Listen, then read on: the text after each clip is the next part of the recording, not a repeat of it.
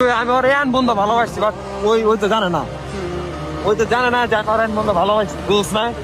এই ভিডিওর মাধ্যমে যদি অহনার কাছে যায়, অহনা যদি তার কাছে ফিরে আসতে চায়, তাহলে তুই কি করবি? না ও জানা, ওর অসম্ভব, ওরে আর আনা হইব না এই জীবনে, ওরে এই জীবনে আর আনা হইব না, শেষ, ওর সময় শেষ, ঠিক আছে?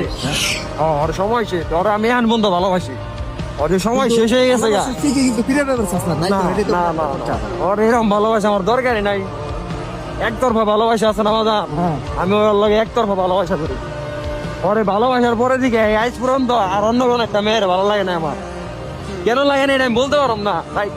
ওই আমার জীবনে কি একটা জিনিস আসলে, এটা আমি ছাড়া অন্য বিদ্যুৎ কেউ জানে না, ঠিক আছে? এটাই তো মনে কর, ওই একটা জিনিস ভুলার মতন না, মানুষে ভুলা যায়, ভুল মানুষের লেগে। অবশ্যই। যেমন মেয়েদের সবচেয়ে বড় ব্যর্থতা, ওই টাকা পয়সা দিয়ে ওই পোলা সৌদি আরব থাকে, এই পোলা টাকা পয়সা দিয়ে ওই চলে গেছে গা, কিন্তু এটা বিশ্বাস করা নাই যে আমার ইটালি লয়ে যাবো। মানে তোর বেকার করে তুচ্ছ করে গেছে, তাই তো? এই রে, মনে কর যে- কেন জান তুই দুঃখ কষ্ট নিস না?